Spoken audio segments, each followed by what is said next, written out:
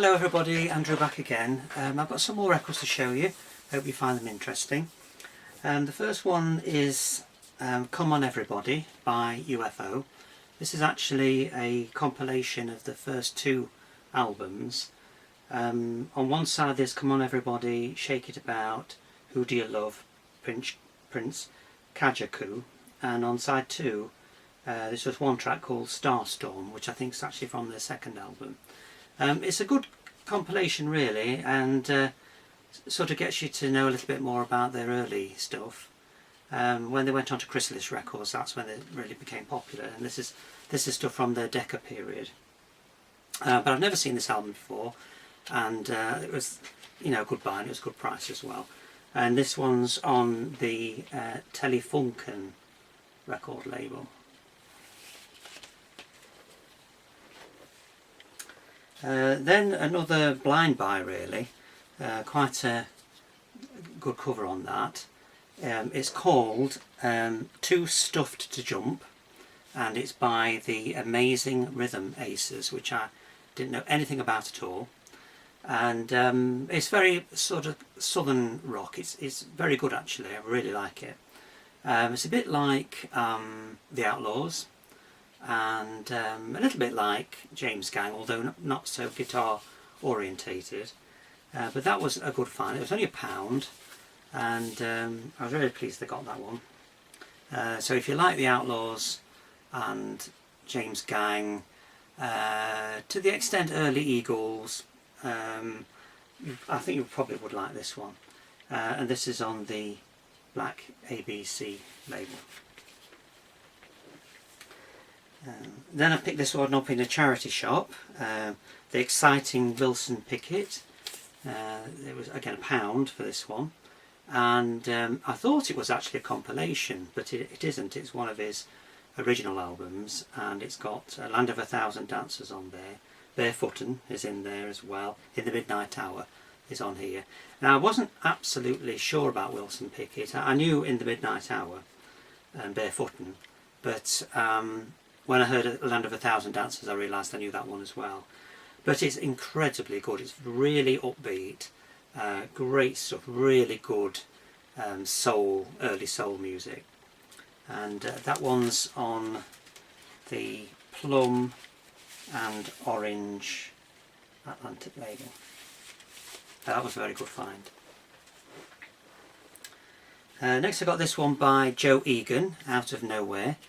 Joe Egan was one member of Stealers Wheel with Jerry Rafferty, and when you listen to this album, if you didn't know, you'd think it was Jerry Rafferty. The voices are very, very similar, and a great album.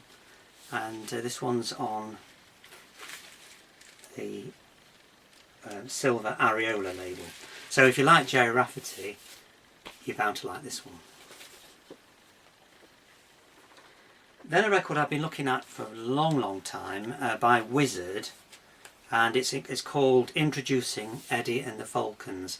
I've been sort of put off buying it for years, but then I thought, well, I'll give it a try. And it's not at all like Wizard really. It's sort of like a rock and roll tribute band. I think that's the idea actually, calling it Eddie and the Falcons. So they sing lots of rock and roll style songs on there. They're all original songs, there's no covers or anything, but a lot of them sound like other songs. To be honest, it's not really what I like, but I'm glad I got it because it's another album by Wizard, and this one's on the Burbank Warner Brothers label. Then a bit of comedy. This is one I saw and I was intrigued by. It's by Michael Bentine. It's called It's a Square World. Apparently there used to be a comedy show on television in the 60s called It's a Square World, so this was obviously taken from that. Michael Bentine was originally a member of the Goons, although he didn't stay with them very long, and it's very much like that sort of humour. There's one track on here that I do remember hearing on the radio quite a bit, and it's called Football Results, and it's where an announcer's making the announcing the football results, and it's obvious that that everyone that was winning was somebody's backed on the football pools, and he's getting more and more excited about it. So that was a good track on there. It's not overly funny. It's a bit dated, really, I think now, but well worth having, I think. You don't see it very often. And this one is on the, well, lots of people say black and gold parlophone label, but to me it always looks brown, so I say brown and gold parlophone label. So very old label. It was issued in 1962, that one. Then I got an early album by ZZ Top called Fandango. One side is a live concert, and then side 2 is studio tracks. Good sort of southern rock. I like the earlier ZZ Top to the later, so I was pleased to get this one. And this one is on the customised London label. This is actually a American copy. I think the year for this is 1975, this one. Now when I was sort of about 8, 9, 10 years old, there was a run of reggae songs in the charts, and I saw this record. It's the Reggae Chartbusters Volume 3, and when I looked at the tracks on there, I knew all of them. Some I'd sort of forgotten, but when I played them, I know every track on here. And there's some great tracks on here. There's Let Your Yeah Be Yeah by the Pioneers. Monkey Spanner, Dave and Ansel Collins is on there. Pied Piper, Bob and Marcia. One Big Happy Family, Bruce Ruffin is on there. Double Barrel, Dave and Ansel Collins. Black and White, Greyhound. Rain by Bruce Ruffin again. And the songs we used to sing, Desmond Dekker. They may not necessarily be familiar titles to you, but if you heard them, if you lived in the UK in the 60s, you would definitely know all these tracks on here. Great find. It was only £3 as well, and that's on the Trojan record label. Then one I just picked up. It was only 50p in a charity shop. It's by the Original Sounds Incorporated. Now, I didn't know much about them. They tend to back up other singers in the 60s, like Billy J. Kramer and Cilla Black and that. But they did make a few albums by themselves, and this one is actually really enjoyable to listen to. It's very dated, very 60s, very up-tempo. It's just music, and it really gives you that feel of the swinging 60s. So if you ever see this one and you like a bit of 60s pop, high octane sort of jazzy 60s music, this is the one for you. Apparently they had a hit with William Tell, although I don't remember that. This, I think it's probably a bit early for me. I think it's probably around about 64, 65, so I probably wasn't aware of the tracks at the time. But yeah, very good, well worth having. This one is on it's on a budget label. This one's on the Music for Pleasure label. Then somebody who's intrigued me for years is the comedian Max Miller, incredibly popular during the war years, and I've seen albums by him before and just passed them over, and I thought I saw this one. It was £1, and it's a performance recorded in October 1938, so very, very old. It's incredibly good, and it's still quite funny today. His delivery is incredibly fast, and yeah, I think it's pretty good, and I think it's definitely worth a listen. I think he must have inspired a lot of later comedians, although the fast delivery sort of went out of fashion a bit, I think. But yeah, it's pretty good, and I would definitely recommend if you see that one cheap. And this one is on the EMI 1-Up label. 1-Up label.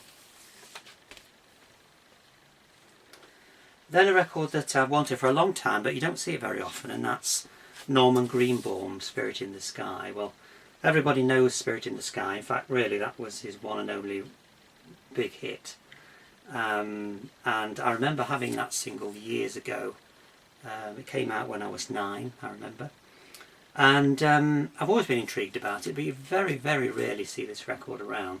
But I did spot it in a shop, and it's good.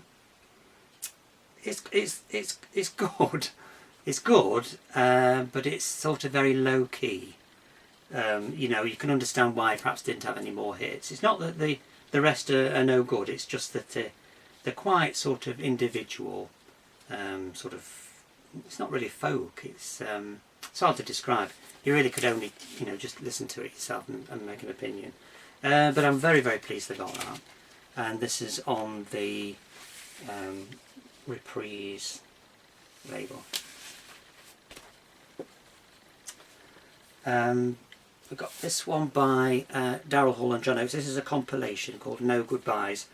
I think this is on the Atlantic label. I think when they went on to RCA they had the biggest hits of their career.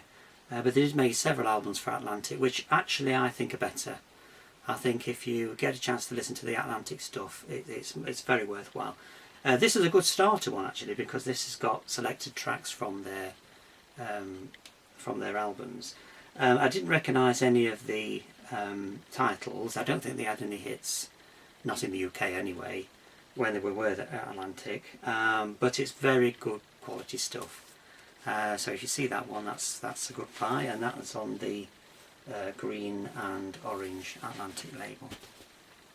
A bit more comedy now. This one is somebody I didn't know anything about, and it's by Gerald Hoffnung, who was actually a cartoonist, and I think he was a conductor as well. I think he was multi-skilled, and it's called Timeless Hoffnung, and apparently is most well known for his Oxford Union debate of 1958, which was recorded by Decca. And actually the first side of this record is that particular speech. And you wouldn't really call him a comedian. He just sort of has a very amusing way of speaking. I think he was well sought after as an after dinner speaker, that sort of thing. But what's really strange about this is that if you listen to it, he sounds as if he's quite an old man. You could imagine him to be in his 70s, maybe even late 70s. His delivery, it sounds very much like a very old man. But when I went into a bit more detail about him, because I didn't know anything about him, apparently he died in 1958, aged 34. So most of this record was recorded when he was 32, 33, which is quite incredible. It sounds like, you know, he's at least 50 years older than that when you listen to it. So it's quite odd, really. But apparently he was quite overweight, and you can sort of, you know, in his breathing you can tell that. So he obviously wasn't a very well person. But if you ever see that and you're interested, I would definitely buy it, even if you only listen to it once, because I think, you know, it is definitely worth listening to. And this one is actually on the BBC record label.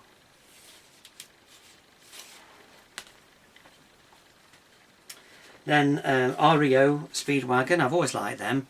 They only came to my knowledge in the late 70s, but apparently they started as, I think it was way back, probably 72, 73.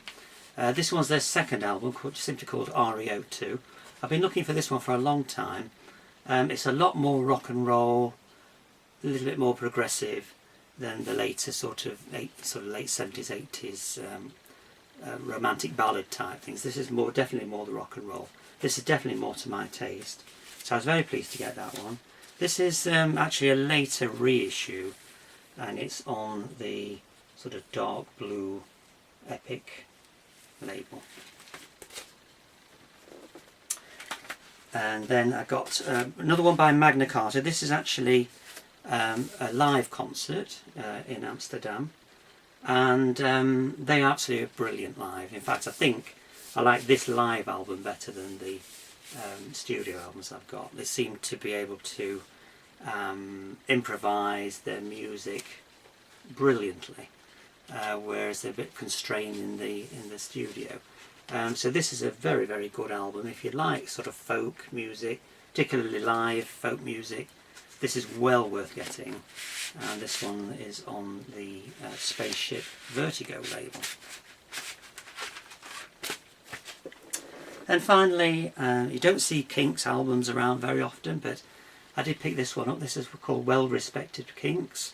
It's a budget compilation on Marble Arch, which is a Pi subsidiary, and they used to bring out these cheaper compilations of probably singles and B-sides, although I'm not absolutely sure about that. It's got Tired of Waiting for You on it, and You Really Got Me is on there as well, and Well Respected Man, which are the tracks that I knew. There's some on here I didn't know, so maybe they were B-sides to singles.